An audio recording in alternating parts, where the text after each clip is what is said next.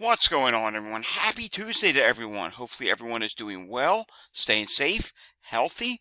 If you had to take a COVID test, hopefully you have tested negative. If you did test positive, I hope you have a full and speedy recovery with no long-term issues. It is time now for the Tuesday edition of the Pan Update for Tuesday, Boxing Day, December 26, 2023. That's right.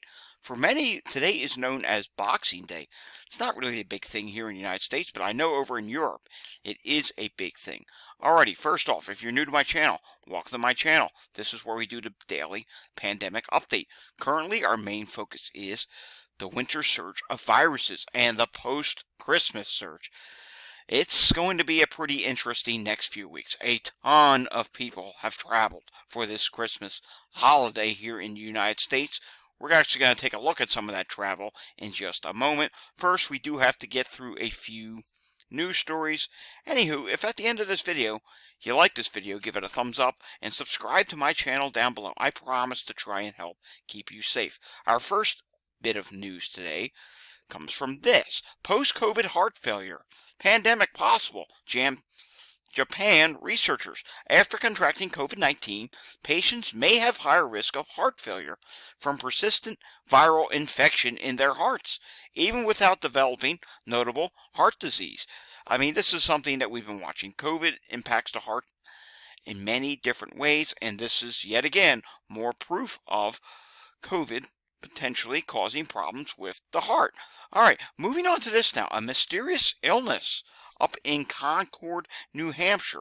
It says here in the headline, 22-year-old from Concord needs a heart transplant after a mysterious illness. Yes, this is not a good thing. And it says here, she believes her son had COVID a couple weeks ago. Haha. And was dealing with lingering effects in the descriptions of multiple fundraisers, including on GoFundMe. And loved ones report he had been studying final exams for nursing when he came down with a mysterious illness, which doctors found was a viral heart infection. Were we not just talking about COVID potentially causing heart issues? Now, it doesn't say here if he was positive or not, but again, his mother suspects that there was a COVID case, so... And I mean, yet again, post-COVID, we're seeing a bunch of weird things happening with some people where they go on to develop something else. Their immune system gets weakened. All sorts of things could potentially happen. And hopefully, if you do test positive, hopefully you don't have these problems. But at random, people do have problems. If you want to read this full story, I did tweet it out. All right, moving on to this now. The ultimate world cruise COVID outbreak, or alleged COVID outbreak. And you know what? Take a look at the picture here. Look at the size of that cruise. Is it really, do we really need to say alleged outbreak? You got a bunch of people together on a cruise that size. What do you think is going to happen? But this is not just any cruise. Keyword, ultimate world cruise from Royal Caribbean. Why is it ultimate? Well, that's because this cruise is going to last for a full 9 months. In other words, it's going to span across 274 days. Yes, and it's going to have stops in 60-plus countries where passengers get the chance to see 11 world wonders. I mean, aside from COVID, there are so many different things that could go wrong. They could encounter weather issues. They could encounter rough seas. And yes, COVID, I hope they have a medical staff on board. And again, the TikToker is saying just only 13 days into the 9-month world cruise, it's unclear whether or not the passenger allegedly caught COVID. Come on. Again, look at the size of this ship. I mean, yes, I would go on to say it's COVID. And is it worth it paying $59,000 to be on a ship that could, not just COVID, norovirus is a thing on ship. There's all kinds of viruses that could spread on ships of this size. And remember, they're going to be stopping at 60-plus different countries. So if someone gets sick out in the country and brings it on the ship, it could just rapidly spread throughout the ship. I mean, it's just silly to even think of taking a cruise that size. Alrighty, I said we would take a look at some of that holiday travel, and I have to show you this. Yes, I mean, this is none other than Delaware, and when they turn this camera around, which they often do, you'll see both directions. I mean, people are traveling far and wide. Holiday travel is underway, and these viruses are spreading all over the place. This is Delaware, south of the Wilmington area. And you can see here, this is Interstate 95. I mean, I thought this would be the best place to show you what's going on. It's just absolute insanity. People are traveling everywhere right now, and you know what's happening? People are meeting up at the rest areas. People are meeting up at gas stations. You know, people are going to different people's houses, these different things. All walks of life are using the interstates right now. And here you go. Look at this. I mean, it's just absolutely insanity. And the viruses, they're spreading all over. People just had gatherings yesterday. And just up ahead, there's a rest area. People are going to stop off at the rest area. Some will be masked, some will be maskless, some will be sick. And hopefully, if you have to use a rest area, especially when you're on a crowded road like this, please mask up. If you could avoid using the rest area, maybe get off the highway and go to some smaller rest area out of the way. That may be a lot better, because when you're talking about massive crowds like this, which is just absolutely insanity, and mind you, they're not getting COVID from in their cars, but you know, you got to get out and stretch once in a while, and everyone's just going home. It just shows you that people are traveling, not just in Delaware, all around the country, and people are going to be mingling with people. The airports are jam-packed. Please, mask up in the airport. Christmas holiday travel was real, and we have another way of showing that it was real, but let's get through air quality first. This is important as well, because air quality impacts our health, and it's still moderate air quality in the northeast states.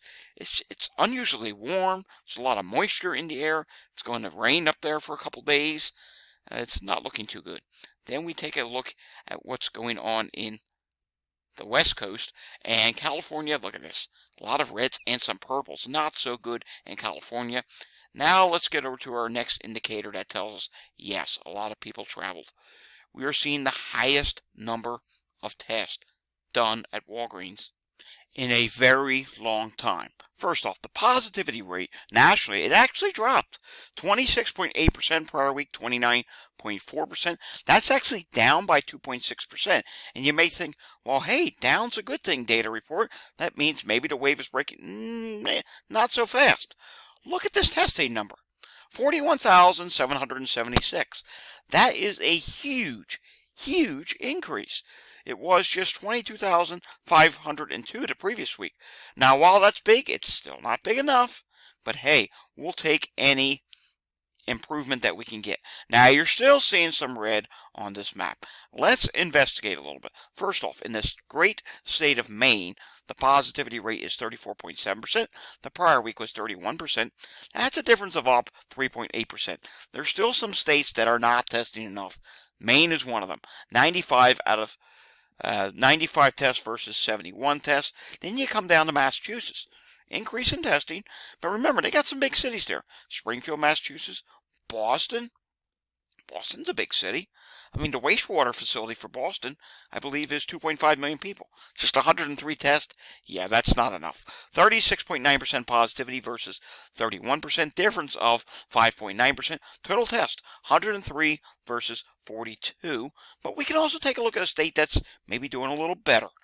And Pennsylvania, the positivity rate is 29.2%. I mean, that's still high. Prior week was 32.7%. It dropped 3.5%. Total test, 554 versus 266. Big increase in testing. Now let's come down to Mississippi. Mississippi's not doing so great. 21.7% positivity rate. Prior week was 14.3%.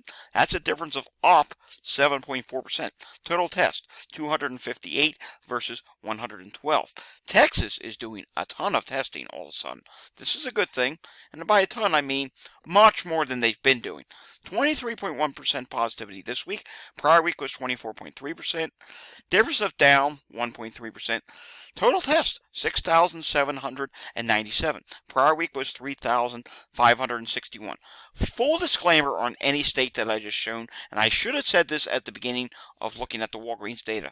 This data, which just came out today, is testing that was likely conducted last week. So anyone who gathered for Christmas, mixed and mingled, and any of that post-Christmas surge, which is what we're tracking the next several weeks, and post-New Year's surge too. That's not including this. New Year's hasn't happened yet, but Christmas just happened yesterday.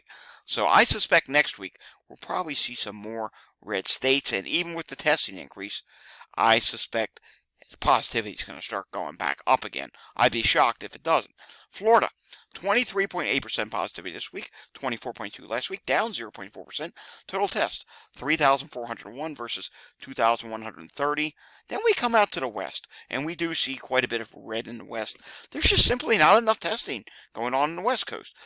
Nevada, look at this, 56% positivity this week. Prior week was 37.3%. Difference of up 18.7%. Total test, 75 versus 51. Idaho, 87 tests versus 45. Positivity went up big time. 39.1%. Prior week was 28.9%. Let's do a big state like California. Can we do California? Okay. 34.2% this week. Prior week was 34.7%. Difference of down 0.5%. 1,183 tests versus 675.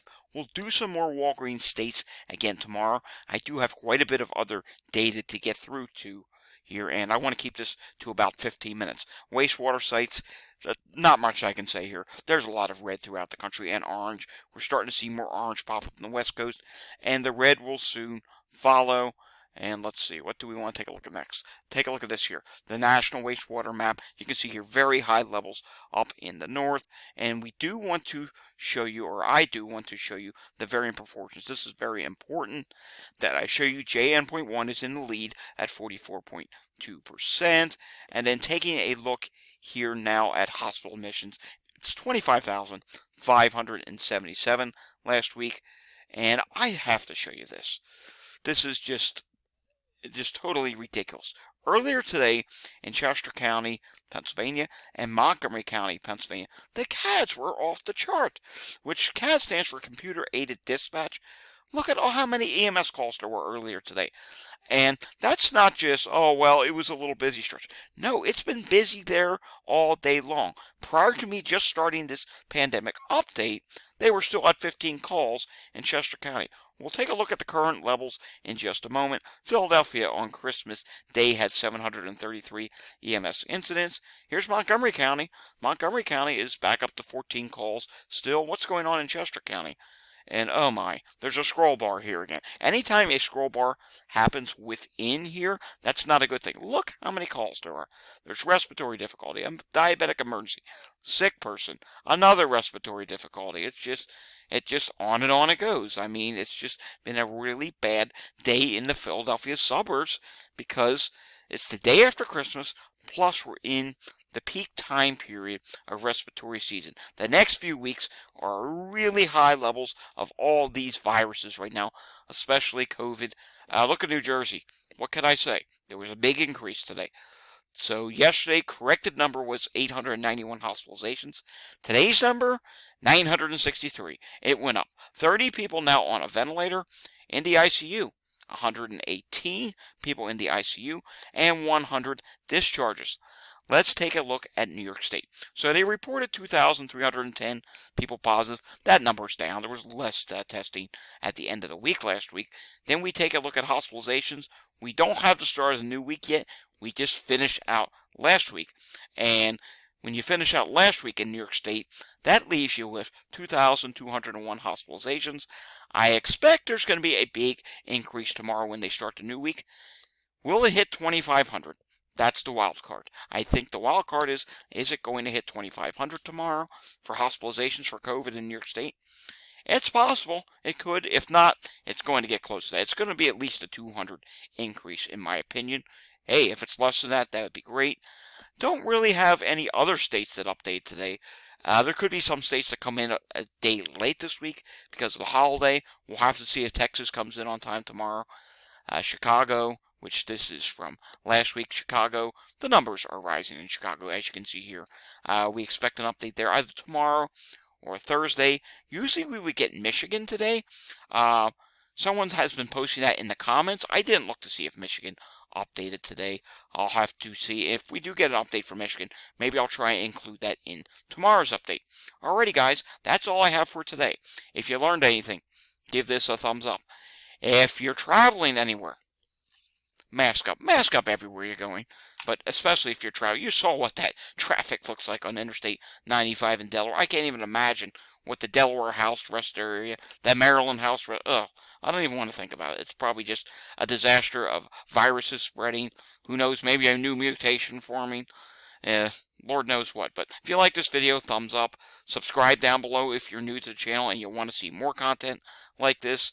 And if you know anyone that needs to see this, by all means share this with them. Especially if someone just traveled and they're saying, oh, well, everything's fine and dandy, we're fine. No, share this with them.